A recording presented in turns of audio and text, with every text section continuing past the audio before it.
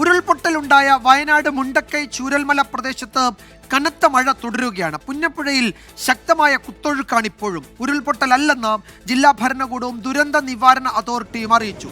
പ്രദേശത്ത് സംസ്ഥാന സർക്കാരിനെതിരെ വലിയ പ്രതിഷേധവും ഉയർന്നു. ആദ്യം ദൃശ്യങ്ങളിലേക്കും പ്രതികരണങ്ങളിലേക്കും.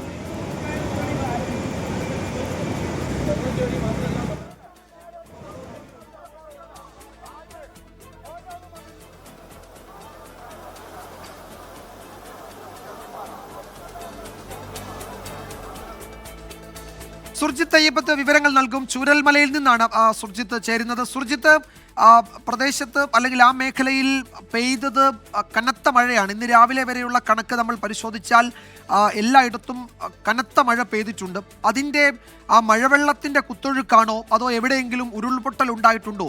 ഉരുൾപൊട്ടലില്ല എന്ന് ദുരന്ത നിവാരണ അതോറിറ്റിയും ജില്ലാ ഭരണകൂടവും പറയുമ്പോൾ നാട്ടുകാർക്കൊരു സംശയമുണ്ട്. എന്താണ് ഇപ്പോഴത്തെ സാഹചര്യം സുർജിത്ത്?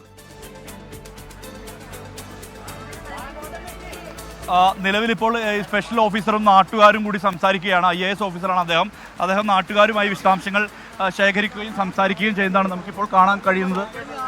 അതുപോലെ തന്നെ മൈത്രി താലൂക്ക് ഓഫീസിൽ നിന്നും സാർ ഇപ്പോൾ എന്താണോ മറുപടി പറഞ്ഞത് അതേ മറുപടിയാണ് ഞങ്ങൾക്ക് 2 തവണയും കിട്ടിയിട്ടുള്ളത്. ഞങ്ങളിപ്പോൾ പറയുന്നത് ഞങ്ങൾക്കിപ്പോൾ സാറ് മറുപടി പറയണ്ട, സാർ പോയിരുന്ന് വണ്ടിയിലിരുന്ന് സംസാരിച്ച് ഞങ്ങൾക്ക് തീരുമാനമാണ് അറിയേണ്ടത്. സാറ് പരിമിതിയല്ല ഞങ്ങൾക്ക് അറിയേണ്ടത്, ഞങ്ങൾക്ക് തീരുമാനമാണ് അറിയേണ്ടത്. ആ തീരുമാനം സാറ് പ്രഖ്യാപിച്ചാൽ മതി. അതുവരെ ഞങ്ങൾ വെയിറ്റ് ചെയ്തോളാം സാറ്. ഞങ്ങൾ മറ്റൊന്നും സാറ് വേറെ ഇല്ല, അതുവരെ നിങ്ങൾക്ക് ഒരു പ്രയാസം ഉണ്ടാവില്ല. ഞങ്ങൾ ആവശ്യം ജനുവിനാണ്. ഇപ്പോൾ നിങ്ങളിത് പറഞ്ഞല്ലോ, ഉമ്മമാരും ചേച്ചിമാരും അടക്കം അവരുടെ സങ്കടം പറഞ്ഞല്ലോ. ഇനി ഈ ആഴ്ച പണി ഉണ്ടാവില്ല, ഈ മാസം ഫെസ്റ്റും പണിയില്ല. അങ്ങനെ ഇപ്പൊ ഇവരെങ്ങനെയാ ജീവിക്കേണ്ടത്? ഇവിടുത്തെ ടാക്സി തൊഴിലാളികൾ, ഇവിടുത്തെ തോട്ടം തൊഴിലാളികൾ, ഇവരൊക്കെ എങ്ങനെയാ ജീവിക്കേണ്ടത്? വിജയകുമാർ, ഇവിടുത്തെ അടിസ്ഥാന വിഷയങ്ങൾ പലതുണ്ട്. ആ വിഷയങ്ങളാണ് ഇപ്പോൾ സംസാരിച്ചുകൊണ്ടിരിക്കുന്നത്. സ്പെഷ്യൽ ഓഫീസറും തഹസിൽദാരും മൈത്തിരി തഹസിൽദാരും ഇവിടേക്ക് എത്തിയിട്ടുണ്ട്. അവരാണ് ഈ നാട്ടുകാർ ഉന്നയിക്കുന്ന വാദങ്ങൾ കേൾക്കുന്നത്. അവർ ഇതുമായി ബന്ധപ്പെട്ട തുടർ നടപടികളും എടുക്കുമെന്നുള്ള തരത്തിലുള്ള എടുക്കുമെന്നുള്ള പ്രതീക്ഷയാണ് ഈ ആളുകളൊക്കെ തന്നെ പങ്കുവെച്ചുകൊണ്ടിരിക്കുന്നത്. എന്തായാലും കനത്ത രീതിയിലുള്ള പ്രതിഷേധം രൂപപ്പെട്ടൊരവസ്ഥ ഈ പ്രദേശത്തുണ്ടായിരുന്നു. ആ പ്രതിഷേധത്തിന് കാരണം ഇവിടെ ഒട്ടും സുരക്ഷിതമല്ല ജീവിതം എന്നുള്ളതാണ് ഇവർ ഉന്നയിക്കുന്ന വാദം. കാരണം ഇവിടെ ജീവിക്കാൻ കഴിയുന്നൊരവസ്ഥയല്ല ഉള്ളത്. അതുകൊണ്ട് തന്നെ എല്ലാവരെയും ഇവിടെ നിന്ന് മാറ്റിപ്പാർപ്പിക്കണം. മറ്റൊന്ന്, അർഹമായ സഹായങ്ങൾ അത് നൽകേണ്ടതുണ്ട്. ഇവിടെ ജോലിയില്ല പലർക്കും. അതുകൊണ്ട് അർഹമായ സഹായങ്ങൾ എന്തു തന്നെയായാലും എത്തിക്കണം. അതിനുള്ള ആ നിർത്തിവെച്ച നടപടികൾ അത് വേഗത്തിൽ തന്നെ അത് എത്തിക്കണം എന്നുള്ള ആവശ്യമാണ് ഇവർ ഉന്നയിക്കുന്നത്. എന്തായാലും സ്പെഷ്യൽ ഓഫീസർ കൂടിക്കാഴ്ച നടത്തി. അദ്ദേഹം വിശദമായ രീതിയിൽ തന്നെ നാട്ടുകാർ ഈ വിവരങ്ങൾ അറിയിച്ചു.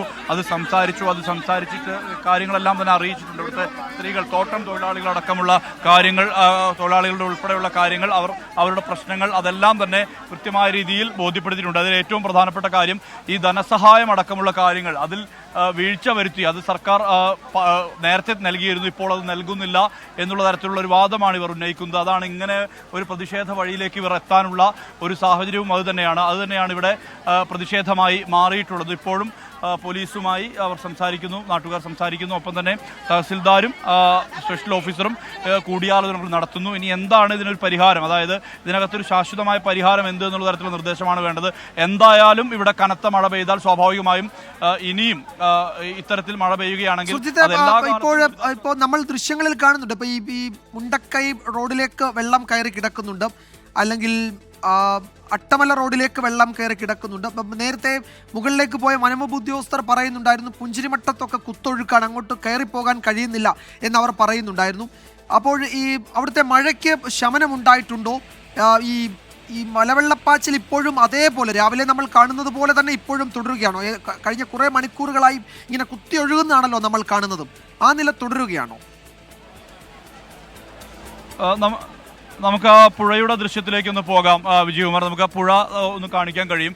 കാരണം മഴ എന്ന് പറയുമ്പോൾ അത് ഇടവിട്ട് ശക്തമായ മഴയാണ് ഇവിടെ പെയ്തുകൊണ്ടിരിക്കുന്നത്. അതാണ് ഒരു പ്രതിസന്ധി. കാരണം നേരത്തെ മഴ എങ്ങനെയാണ് ഉണ്ടായിരുന്നത് അതുപോലെ അത് ഇടവിട്ട് ശക്തമായ രീതിയിൽ തന്നെ പലപ്പോഴും പെയ്യുന്നുണ്ട്. തൊട്ട് മുമ്പ് മഴ പെയ്തു, ഇപ്പോൾ തോർന്ന നിലയാണുള്ളത്. ഇത് ഇടയ്ക്കിടയ്ക്ക് ഇവിടെ സംഭവിക്കുന്നുണ്ട്. ഇപ്പോൾ ബേലിപ്പാലത്തിൻ്റെ ഒരു സ്ഥിതി, അതായത് അവിടെ നിന്നും വെള്ളം ഇറങ്ങിയിട്ടുണ്ട്. അതായത് നേരത്തെ വെള്ളക്കെട്ടിലായിരുന്ന ആ മുണ്ടക്കൈയിലേക്ക് പോകുന്ന ആ വഴി നേരത്തെ വെള്ളക്കെട്ടിലായിരുന്നു ഉണ്ടായിരുന്നു. പക്ഷേ അതിപ്പോൾ നിലവിൽ അവിടെ നിന്ന് വെള്ളം താഴേക്ക് ഒഴിഞ്ഞിട്ടുണ്ട്. അതിനർത്ഥം മുകളിൽ മഴയ്ക്ക് ശമനം ഉണ്ടാകും. അതുകൊണ്ട് തന്നെയാകാം ഇത് സംഭവിക്കുന്നത് എന്നുള്ളത് തന്നെയാണ്.